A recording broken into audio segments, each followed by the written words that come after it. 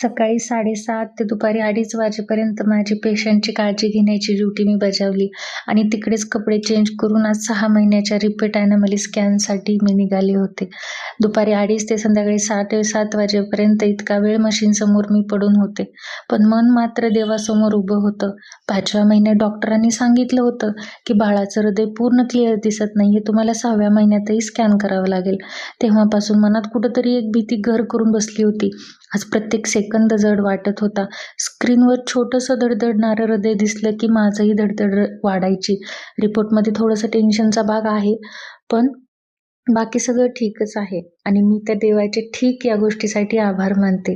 आई होणं म्हणजे फक्त आनंद नाही, तर प्रत्येक स्कॅन आधी 1000 विचार, 1000 प्रार्थना असतात. आणि एक गोष्ट, कृपया मुलगा की मुलगी असा प्रश्न विचारू नका, कारण माझ्यासाठी ते फक्त माझं बाळ आहे. त्याचं लिंग नाही, त्याचं धडधडणारं हृदय महत्त्वाचं आहे.